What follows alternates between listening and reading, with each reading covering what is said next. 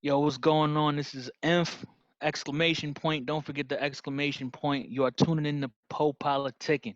HCM is the gang.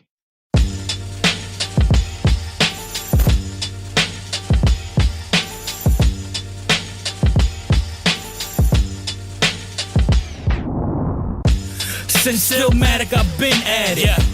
Headbangers call me Martian Thrasher. After the retweets, I'm at you. No treaties, yo CDs, I frisbee trash them. Has been. Speak royalty when you say the name. And speak loyalty when you say the gang. Trend hoppers follow whatever's next. When lyricism returns, all of you niggas dead. Might be on the rooftop getting bent with a click, with a rent be expensive as shit.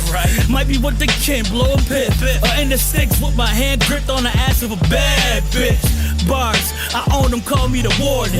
Bars, rockin' silent on top of 40-40s. I'm more like Voorhees mixed with 50 Biggie and Chris Reed. My 16s make history. Inf, the rest of y'all in last place. Respect mine, the punchlines will cash straight. Niggas fraud and use a rap as a cash chase. The roadblock, you pay top off, fix your face. It's beef, great, I was hungry for steak. Might push your wig back like a front lace. Might kick your teeth in till you choke. Even my C plus lines are road niggas woke. You rap kids is hideous. I don't rap circles or rap perimeters. We in the big leagues, you can't sit with us. Even if you was 50 deep and there was 10 of us. Headshot. Hole in the headboard, pillow with red spot. Body is misplaced, closet is empty and cremated in your booth. Your man's got. Headshot. Hole in the headboard, pillow with red spot. Rooftop like I'm bringing 88 back. 98 ski goggles for the weight cap. Informatic, I've been at it. Like adolescents in school, this nigga acting. Y'all been rapping for a long time, huh? But follow my waves and cleaning up, following up. I slaughtered and drink holy water. Murder, kill, burn your will in that order. I'ma show you what a real one bout. He jazzy till I toss his ass out of the house. Say my name, future Hall of Fame. News 11 alert, you and your homies slain. Y'all about dough when y'all don't get it. Only time you flash is if you was photogenic. Only time you rap is during birthdays and Christmas. Kwanzaa, Ramadan, you holiday spitters. I'm a combo of Kiss, Luch, and Holiday nigga. Don't get mad at the system, you was born to be a victim. Headshot. Hole in the headboard, pillow with red spot. Body is misplaced, closet is empty and cremated in your booth. Your man's got.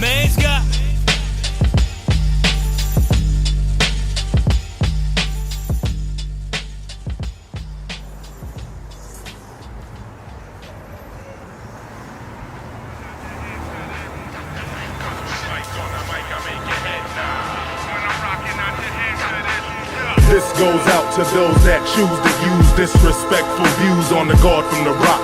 Claiming that you own this spot, don't get dropped. We number one with a bullet, nigga, don't get shot. My mind let the 9 fire, yet it don't get hot. Unless I gotta spit that heat, expose his top. It's all fake, from the image to the dough he got. Shit got me ticked like your fake Rolex watch. Now check it, I'm too wise to fall underneath y'all. Get mixed mental blunt in your third eye, find a spark in it. I can't feel you if you ain't putting your heart in it. Can't spell heart if you ain't putting your art in it. And people plot on anybody that be authentic. That got me running with the stick, that's lacrosse fitness. Jump for the stars or fall to your death. Either you affect the cause or cause the effect. Got that head nod shit, when you hear it make your head nod. Mic on the mic, I make your head nod. When I'm rocking out your head to this. Got that head nod shit, when you hear it make your head nod. Rock on out your head to this. Cause when mic on the mic, I make your head nod. When I'm rocking out your head to this. Got that head nod shit.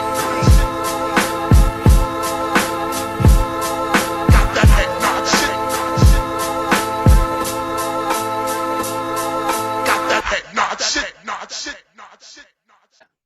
Welcome back to PoPolitickin.com, your home for self-help meets hip-hop. Make sure you go on Spotify, Google Play, YouTube, mostly YouTube now because I'm trying to get that YouTube checks. Follow me, PoPolitickin. 1212, I'm place to be with my homie INF. How you doing, bro? Doing good, man. How are you? I'm good. Why do you call you INF? Okay, so INF, it used to be short for infinity, but like '06, '07, like me and my older brother Nuke, we was just having this conversation like, yo man, INF should mean something, you know, should mean something that people want to follow and appreciate the message. And he was like, yo, I'll never fail. Name yourself, I'll never fail. I'm like, I fail a lot. What are you talking about? Like, I failed a lot in my life. And he was like, nah, I mean, it like when So you you say gonna get I'll back never up? fail, You get back yeah, up. it doesn't mean that I didn't fail. It means that, you lost so many times, it's about time to start winning. So that's pretty much the message. And where you And from? Rochester, New York, upstate, about an hour away from Buffalo. So how you got involved with music? Um, I was always a sponge when I was a kid. I'd say around 3, 4 years old. Like I was at my aunt Margie and Granny's house in Harlem, and this was like one of the only families that had cable around the time. So like when Mama said "knock you out," came out, and that went across the TV. That was like, yo, I don't know what this is, but I want to do this. And then as years went past, I started listening to more music and hip hop. And then around like 9 years old, like I started freestyling a lot with my older cousin Ty Nitty, and that was around the same time me and JD met, and I just like I wanted to do it for real, and I started writing around that time, and as I gotten older, I started to understand what it meant to be able to express how you feel musically on paper and voice wise, and it just stuck with me. And like as things continue to happen in my life, it's been my way to it's been a sort of release therapy for me, if you will. So because of hip hop, because of rap, like it's the reason why I owe a lot of credit to it for me being alive today, you Then know. are you Latino? Nah, I'm black. Oh shit! You Latino in that video I was watching the headshot. I couldn't tell. I was like, look, well, he looked look, black, but shit, I was like, look, you got that little kind of, you had a little, little little bounce. yeah, like little bounce to you, so I couldn't tell. Like he might be Puerto Rican. I don't know. Shit. Shoot, I might be somewhere near there. Like you never know with my family. My family got so many different origin points. Like I know my mom is like really light. You know what I mean? Like to the point where she used to be reached out to in Spanish. She was like, "Who the hell is you talking to?" I don't speak. Uh, So, so yeah, my mom was really light, and my dad, he's like 2 shades darker than me. mm. And then, what did you wake up listening to this morning? I didn't listen to anything, unfortunately. Oh, I like if it were my choice, like, and I didn't have to just get up and go right to this computer to do my job, it would have been Sade. Would have oh, so been Sade. you can't listen to music while you work? Nah, not really. Like unless I'm offline, like answering tickets and stuff like that, like I could, but like I try not to as much. But when I do, like I do listen to some new joints like that Freddie Gibbs joint. Oh yeah, like That Freddie Gibbs joint is, yeah, it's what is it? Alfredo? Yeah. Alfredo is crazy. yeah. I got shout out Gills. That's a past guest of the show. Yeah, man. He bodied that project for real, man. Like Yeah, I'm gonna it's say, not but don't even with the customer service jobs now, don't they got that shit like it's like most of the time, especially when you're like in the chat room in it, mhm, you're like talking to mhm. bots, right? It, it's not really like that. It's like, so usually most customer service jobs, like how it goes is if someone is asking it, like you basically have macros that you have to put in, like to basically speed up the efficiency or whatever to make sure the efficiency is on point. But like if there's a specific question that's not within the realm of the macros you use, you got to respond natural. Like, all right, well, this is, I could definitely help you with that, blah blah blah type mess. But that's usually how it goes. Like a lot of cases companies want a united response to particular questions, so there's no confusion between what one person says and what another person says. Yeah, you didn't tell me what Sade song you gonna play. Oh, the Sade, man. I listened to her whole catalog. Like when it was open and we can travel and stuff. I listened to her whole joint. But I start with Stronger Than Pride. I start with that. All right. Got to start with that. What's your top five? My top five Sade or top Nah, five top rappers. five rap. Okay. All right. All right. So top five rap, it changes a lot. Like it depends on if we talking about lyricism or overall impact. If we talking lyricism, I'm gonna put Big Daddy Kane at the top, Rakim number two. Um, I'd say Hove number three, uh, Eminem number four, and the fifth, like that's always hard to pick. But I gotta give Treacher's props as far as lyrical. Rich? Overall, yeah, Tretch is like unmatched in a lot of cases, but he doesn't get his props as much as he should. Um, let's say overall impact. I'm gonna say Pac number one, Biggie number two, Pun number three, Jay Z number four, and LL number five. Yeah, I like all that. The lyrical list, how you had Kane number one, then you had Jay, because Yeah, kind of Jay came from Kane, but people don't be yeah. recognizing that. Like when you think about it, it's like all right, you like we like for those who tuned into hip hop, we know where Jay started. Jay started pretty much because of Kane, and Nas basically got his influence From from Rakim. Rakim. So Yep. those are the two pillars that really that really got you know should get the notoriety ahead of time. Like Grandmaster Cass doesn't get his props, but you got the Sugar Hill Gang record that was obviously biting from Grandmaster Cass and his crew, Yeah, see and you so it's like seem like you a real hip hop head over there. Seem like you know a little bit. Seem like you know your a history little bit, a little bit. a little bit. I still got more to learn, but like I had no choice but to learn a lot in order to do this because it's like if you don't know where this stems from, where this comes from, and you just coming out and doing this, then I don't see you I have having a rappers real that focus. I interview people that don't know and don't care, and they just doing their thing. And they sometimes some of them pop like that. They don't, but I feel Yeah, like they do. you can't beat like you gotta know like any. To me, I say any industry you are in, if you understand the history and the culture of that industry, it's gonna help you more than just going in there blindfold. Yeah. You have to understand. You have to study the greats to be better.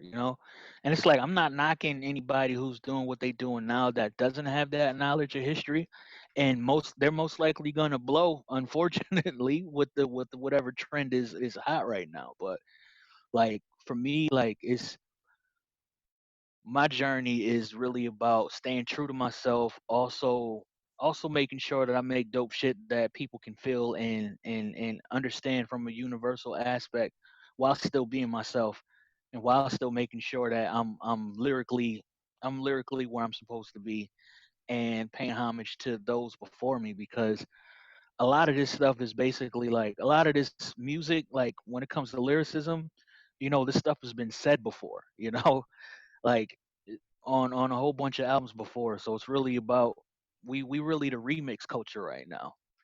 And the sooner I feel like the sooner folks realize that we're just modifying the style or simplifying the style depending on which type of music, which type of rapper you want to be, then it is what it is. But I've been saying that's why as a rapper, I feel like you always got to add your story to it. Because if you add your story to it, it ain't no remix. It's your story. You know what I'm saying? Exactly. That's Exactly. And it's like, this as each day passes, the story continues. So it's like as long as you're still breathing on this earth, you can talk about what's going on currently, what happened in your past, and what you foresee yourself as doing in the future. so. What's your And story? so my story is, I was born in a single parent household. That story is, often the Like, dear beginning. mama. Dear mama, ain't no woman alive that can take my mama place, but so my mom had three kids. and I was the youngest of three. My oldest is 8 years older than me, and since dad wasn't there, he was pretty much the father figure that I had to tap into, and he was too young to be a father figure, but he knew he had to basically lead the camp. My second oldest brother on my mom's side, middle child, he passed away in '06. He was killed, and you know that particular moment really like pivoted my life into basically changing what I want to do musically and what angle I was trying to go for. So pretty much grew in that. On my father's What side, you I mean by have that? like so before my brother was killed, like my life was you know knucklehead, just trying to fit in with some folks and realizing that like those folks really didn't give a fuck about you as much as your day ones or your close friends who actually understand who you are as a person. And I was really close to my brothers on my mom's side as opposed to my siblings on my dad's side, because my dad wasn't really around as much, so I didn't really get to meet my siblings like that until I was 10 years old. But then my brothers on my mom's side were always there, so that was pretty much my immediate family. But in '06, my brother was shot and killed in a car by one of his supposedly homeboys in the back seat. And I was going to college at that time, trying to you know do the school route, even though I didn't really feel like school was for me, not college wise, because it was not registering to me that well. But and after he got killed, I was just like distraught, stressed, depressed, wanted to go myself, and I figured out that the music aspect was the way to both help me get through things. And I started to realize that at that time it was the move for me to make to help inspire others to help them get through things, because we are who we are based on our experiences, and our version of truth is based on how we were taught growing up by our parents and our environment. And it's it was a hard journey, but I'm like, me being the age that I am now, 33 years old, like I finally feel like I'm at a place where I know where I want to go. I know how I want to inspire. I know what I need to do musically to inspire. And just by being the person that I am, continue to do good shit, be kind to people, and support those who genuinely want to do better and care. So that's where my message really comes from. Like, it comes from my personal experience, and not everybody's experience is the greatest, and I'm one of those whose experience wasn't the greatest, but I'm here and I'm pushing forward after that. And I want you to, how would you describe your sound to a deaf person? Whew, that's a really good question. um I would describe my sound as, hmm, I would describe my sound as, Remember, I'm deaf. yeah, damn,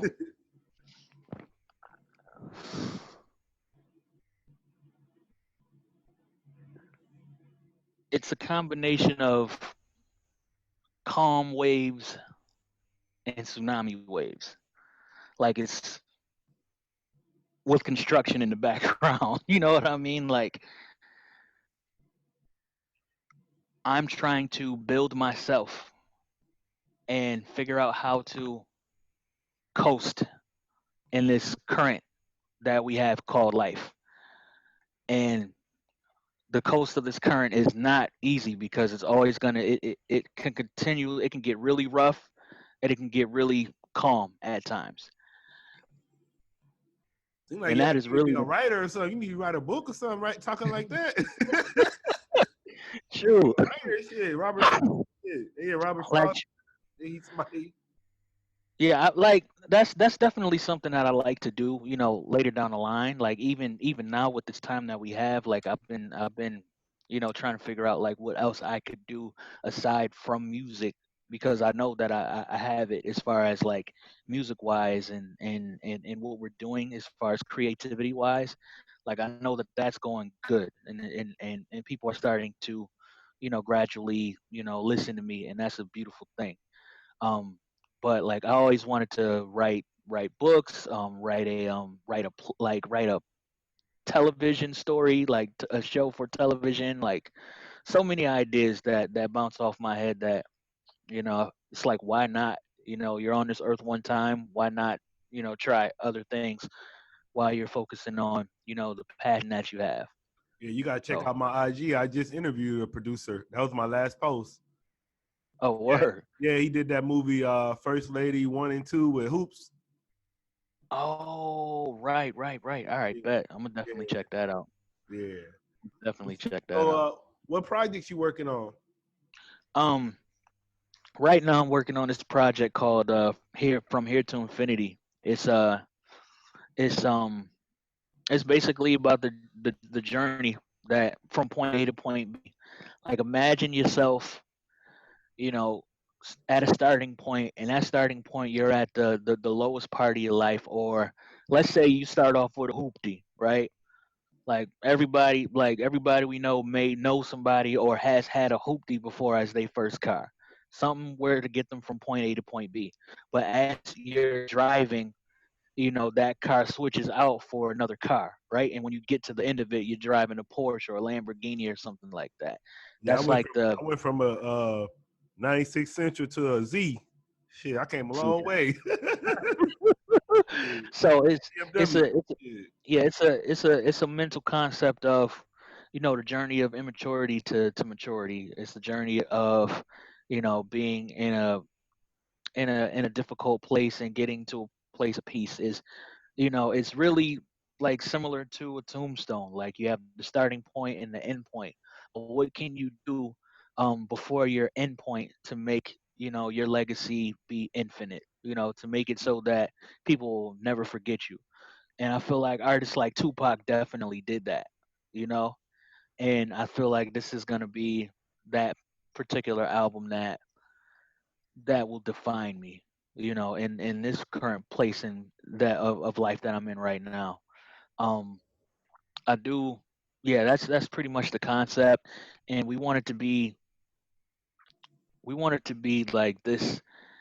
We're not necessarily shooting for it to be a classic. We're just shooting for it to be an amazing body of work that you'll want to listen to 10 years, 15 years, 20 years from now. Mm. You know, like Life After Death is one of those projects where you can put it on today and it'll still hit. It'll And still be. hey, don't be talking like this. You better be dropping some heat. You talking like this. Look, man, like Right. we are I'm products. listening to him. I'm like, I'm man, not like you better be this is dropping like heat. this isn't me trying to like brag. This is me talking about like what I'm influenced by. And everybody, like every artist out there, every hip hop artist out there is going to try to make a project that's better than their previous one, or try to make a project that's better than someone else's best.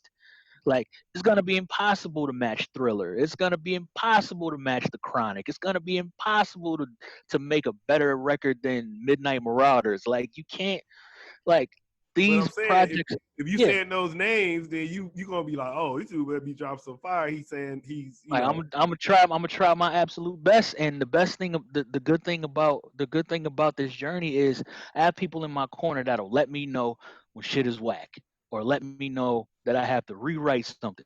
Like you gotta let and me. I want to hear this shit because you talking. So I'm gonna make sure I hear this. or you or but as of right now, we just pushing instrumentals too right now, hosted by DJ Tony Touch, mixed by DJ Got Now, and that's just like it's just fun. It's just like, you know what? This is a mixtape. I'm gonna do what I want to do. I also want to, make sure it's something that people can feel, something that people can bounce to, something that people will want to rewind because they want to hear me spit. They want to hear bars. They want to hear nothing but dope shit. And I've had a lot of fun doing this project. So That's a there's old. that. That's an old Yeah, DJ, right? DJ Tony Touch. Yeah, DJ Tony Touch. He's a legend, man. How you hooked up with him? I hooked up with him back in, I'd say back in 2009, 2010, was when I met. Actually, 2008 is when I met his brother, D-Zilla. Um, D-Zilla and my cousin, Jerron, they used to work with each other like across from Wall Street in New York City, right? And my cousin was just hitting me up like, "Yo, man, you gotta meet Danny. You gotta meet Danny. Cool people. It's like, send him some of your shit." And I'm like, "All right." He's like, "What's like? Why you want me to do that?" Like, "Yo, man, that's a link to Tony Touch. That's his brother." I'm like, "Oh, word. Let me see. Let me see what's going on." And I actually linked up with D-Zilla and just we just clicked instantly and made dope shit back. When I used to visit New York City as opposed to living there. And I'd say 2010, he put out a project called "So It Begins," and that has KRS-One, AG from Digging in the Crates. Who else?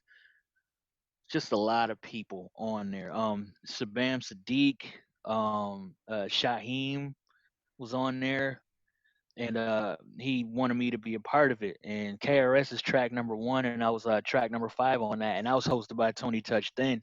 Mm. And then when we made and then I went out to the release party. It was March 16th, 2010, and that's when I met Tony Touch for the first time, met Cool Herc for the first time. There was just a lot of people there, and I've never like that particular moment. Like that's when like going there and seeing how folks just mingle, like it's normal to them to just be around each other, like that's their normalcy. It was something new to me, and I felt like, yo, this is gonna be dope. And then later on, like me and JD, we were trying to create the concept for the first installment of instrumentals, and we needed a DJ to host it. So I was reaching out to Dan. He was like, "Yo, man, who any DJs that'll be able to host this?" And he was like, "I could see if my brother can do it." And we figured it out and got that ironed out. And that's how the first one came out. And we did the same thing for this one. Okay, Yeah. what's up? So what's next for you? Where you see yourself like say 5 years from now? 5 years from now, I really hope to be able to literally just make money off of my music solely and not have to work a day in my life. Like doing what I love, which is music, and that's not going to be work in itself because it's something that I enjoy. Like I do want that to be the case. Have kids, of course, and show them, show them what I've learned, and be the best father that I can be.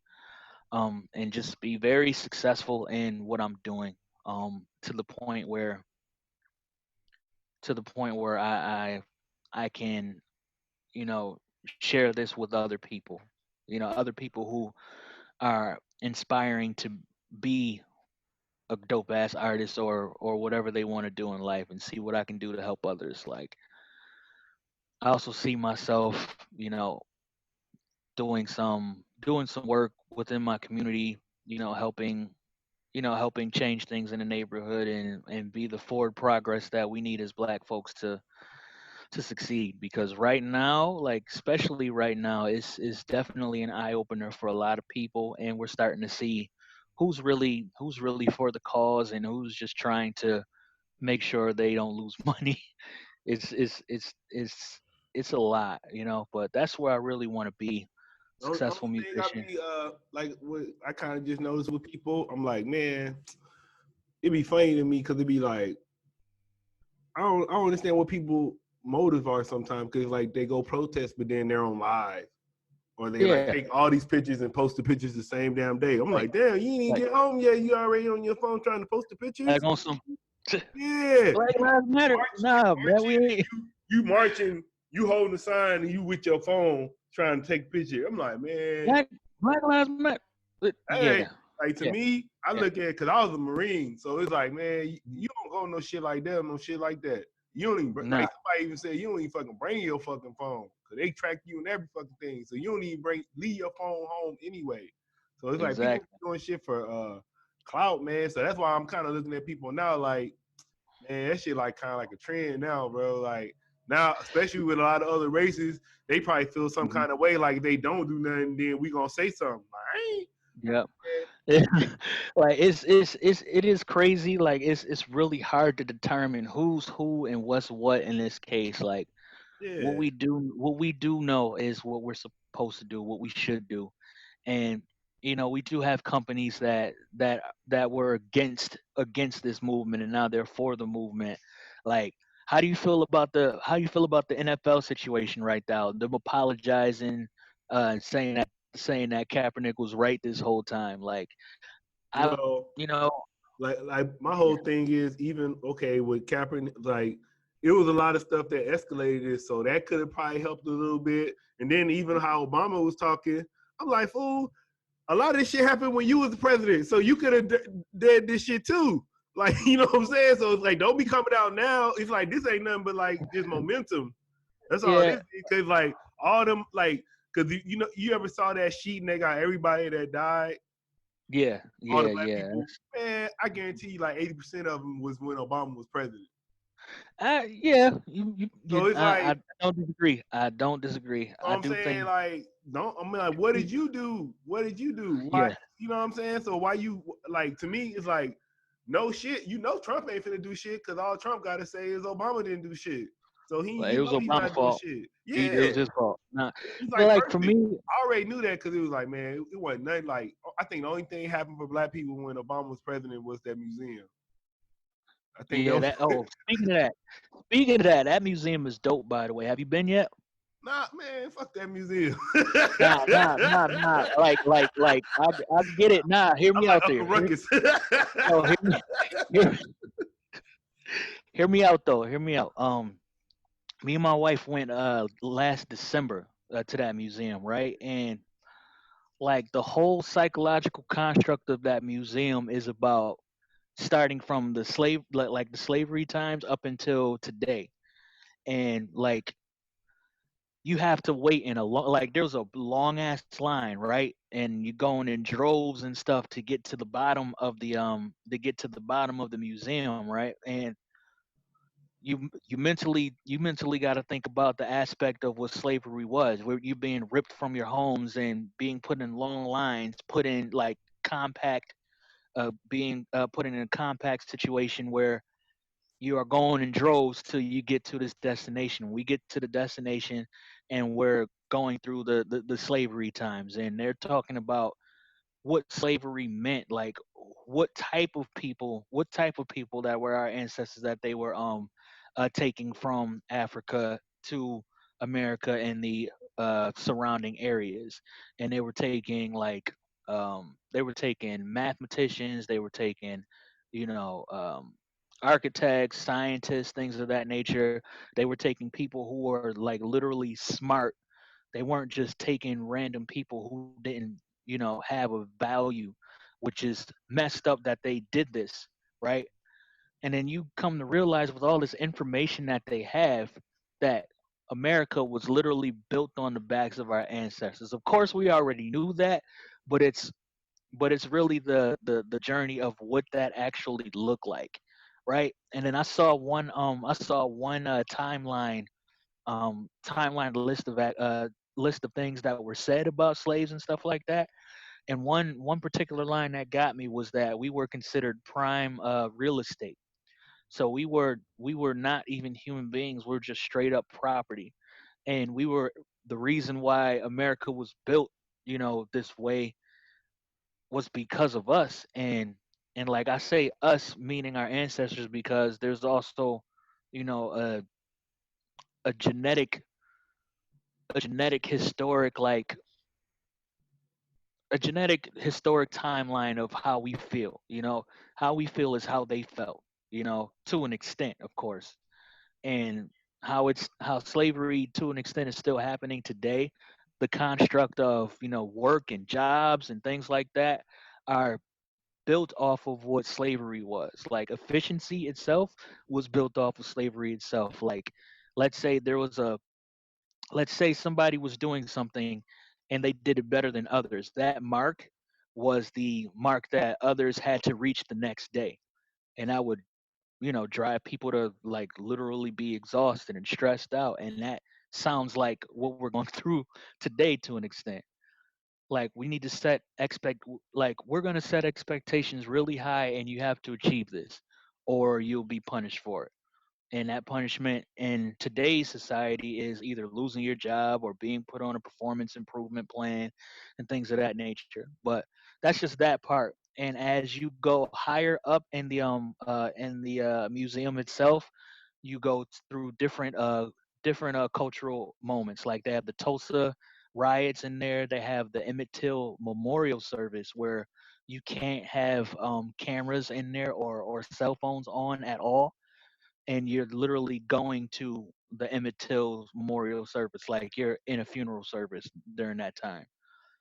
And they have a lot of information, and it's free for entry since it's like part of the Smithsonian museums in DC. But like out of all of the museums that I've ever been to, that one felt like really personal, as it should.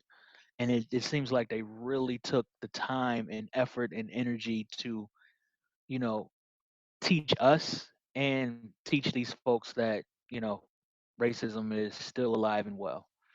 And like I definitely will go again at some point when I have kids and things of that nature. But like that took a lot out of me. It really did. But I'm saying, I mean, but what did it do? Like, I mean, that's cool to know about it, but I don't know. I don't see that as a resource. I mean, I'm talking about I we see. like I'm saying, what is it like, like yeah, you Like do it and you know it now. So like I'm saying, it's that didn't help with all this stuff that's going on now. We still that came out, but we still where we at. So I'm saying we need yeah. something that's gonna help us today.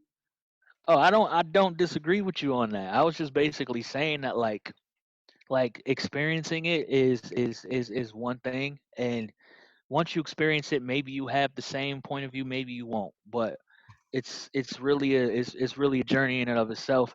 And seeing people that don't look like me and experience it, like to see either their minds are being changed, or like also seeing like who's standing up walking through this and who's sitting down. Like I noticed that too. Like a lot of white people were sitting down taking breaks and stuff like that, and we were just going through it like, yo man, we got to get through this whole thing. It will really take 2 days to see the whole museum. Mm, It'll take 2 days. But I definitely get that, and I don't disagree on the aspect that we need more than just a museum. We definitely need reparations, and just to be viewed as equals. Like consider us equal. Like for real, we still don't feel equal. Like we really want to, but there's so many obstacles that we got to go through to get promoted to manager, or get a loan, or get a mortgage, or even get a home. Just get even to rent something, like to get a job. There's these extra hoops that we got to get through. Like our names, because our names look the way it does, like they don't look at our resumes and stuff. So it's like it's a complicated journey. But right now it's we definitely need change more than ever. We always needed it, but like we'll see what happens. Like, do you believe these cops are gonna get the convicted? mm. They probably will just cause of now, just to die down this shit. They probably will. But it ain't gonna be no like the main. It's gonna be like a Yeah, lesser punishment for sure. yeah. Like some like Shit might fuck around to get a misdemeanor. They yeah, they gonna give a ass misdemeanors. Everybody go, but nah, they got to do something just to quiet everybody down. So they got to do yeah, something. Because if you don't do anything, it's gonna get worse. So yeah, I and don't think it's they like want to do that. in like 2014 when Eric Garner and Philando Castile was killed, and names that are like just so much to bear, like as far as the videos of them being killed and stuff like that. That happened like 6 years ago, and we're in a situation where pretty much the same thing happened this time around. And the difference between then and now is more people are out of work due to COVID-19, and so that they can continue to protest, right? Like might as well, you know. But what really is getting me right now is just the fact that so many companies are trying to be for the cause when they were against it previously. And I don't know if you've been noticing all of the people that are like losing their jobs and stuff like that because they said something racist in the past. Like I find that like that's it's crazy because that's like the main topics right now. Yeah, I Like saw this aside shit from on, you know what Indeed is, right? yeah, yeah. Yeah, so I saw they post some Black Lives Matter shit on there. I was like, fuck that, give us some of them damn jobs. Sitting there posting that Exactly. shit on there, like, oh, fuck it. I be scared to put on black on my shit. I be putting opt out on shit, or decline to identify. I be like, shit, man. Yep. Yep. I think you put black, they don't hire you from the job. They probably be like, Exactly, man. Pacific Islander, African slash American or like Native American. Like, we don't like we know we're black, you know. So we usually either check African American or check none, so we can get to the next level. But it's like, come on, man. You don't need. What does this matter? but I was What? thinking, I was like, man, I was like, maybe if you put none, they know you black. So I was like, I'm gonna start putting two races or more. Yeah, yeah. Because let's be real. Like, we probably are more than two races. Yeah. Like, we probably. I am from my 23andMe shit. My 23andMe said I got like 13% white, so I be claiming that shit sometimes. The only reason I claim it because I did my answer. I did I did the 23andMe. So the 23andMe was saying I'm related to Nelson Mandela and Pharaoh Ramsey. That's why I be using that. Oh, that's what's up. Yeah, That's what's up. You but then royalty, B. I was doing like the family tree, the DNA one, the family tree, and I went all the Yeah. way back to like because it said the 23andMe was saying I got like 13% white, so I went all the way back to like a Baron. I was like, damn, Oh, really? yeah, that nigga like my 23rd granddad or something. I was Wow. like, I gotta claim that. If he white, I'm gonna claim that just to say I'm related to a Baron. Yeah, man, I'm related to Baron. Yeah, Yeah, that's some kid. that Yeah, Baron money. yeah, I know, right? I need to get some. That- Get that Baron paper, like for real. Nah, Like, man, yeah, I gotta. what's up? Now I was saying, like, yeah, I gotta. I really do gotta check that. Like, the closest thing that I have to like someone that's of significant importance, like in my history, is my great great grandfather J.W. Thompson. He was in Rochester, New York. He was responsible for erecting the first statue of a black man in America, the Frederick Douglass statue in Mm, Rochester. Him and Frederick Douglass used to communicate a lot, and he used to be my great great grandfather was pretty much a treasurer and funded a lot of things in my hometown, and he asked for $5,000 to get the statue erected, right? But he was able to get three and to get that up and running. And he was also responsible for helping get Frederick Douglass's funeral in Rochester, New York, take place. hey, So so he that probably right, did that. He probably did that statue for like $50, huh? shoot, We know how hustlers do it. Shit. word, man. He got a lot of people involved. So like that right there is great to know, you know. And I do want to know more. I do want to know more. So I'm definitely check out 23andMe. Like, and we just started like from my great great grandfather's side, like we just started linking with the family that he has, like on his side that we didn't even know about.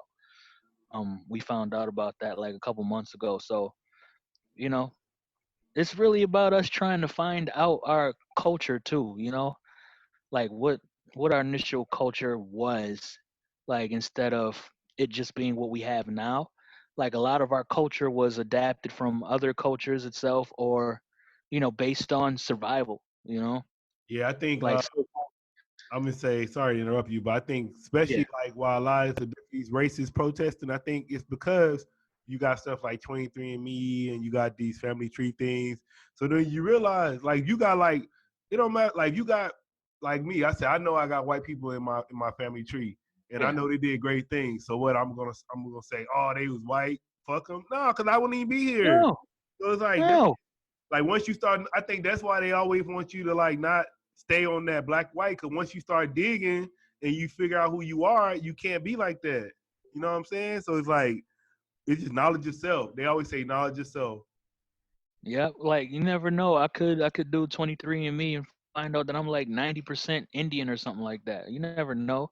We never know until we find it out. Like we don't know where we come from. We know that it's most likely Africa, but we don't know where our family tree starts. And that's the only way we can figure it out. So I'm definitely gonna do that. Well, yeah, It's man, I crazy. appreciate having you on, man.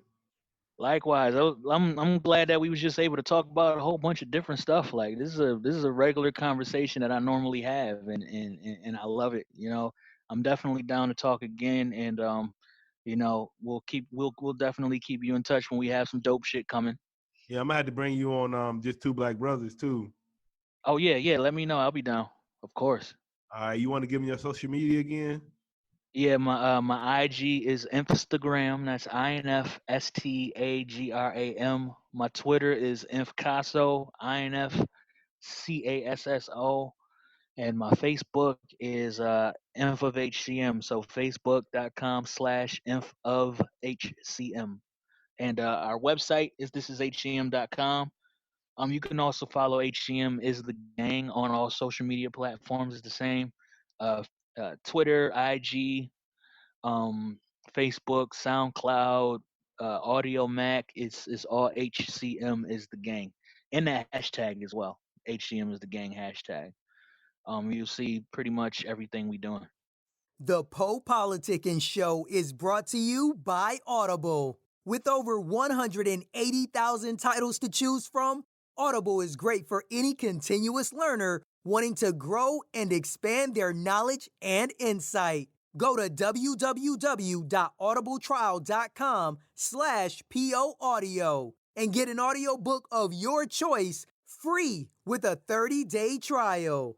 After the trial, your paid membership will begin at $14.95 per month. With your membership, you will receive 1 credit every month, good for an audiobook on Audible. Cancel before your trial ends and you will not be charged. So go to www.audibletrial.com/POAudio and download a free book by Tony Robbins, Grant Cardone, Napoleon Hill, Les Brown, Damon John, and more. Always remember that knowledge is power.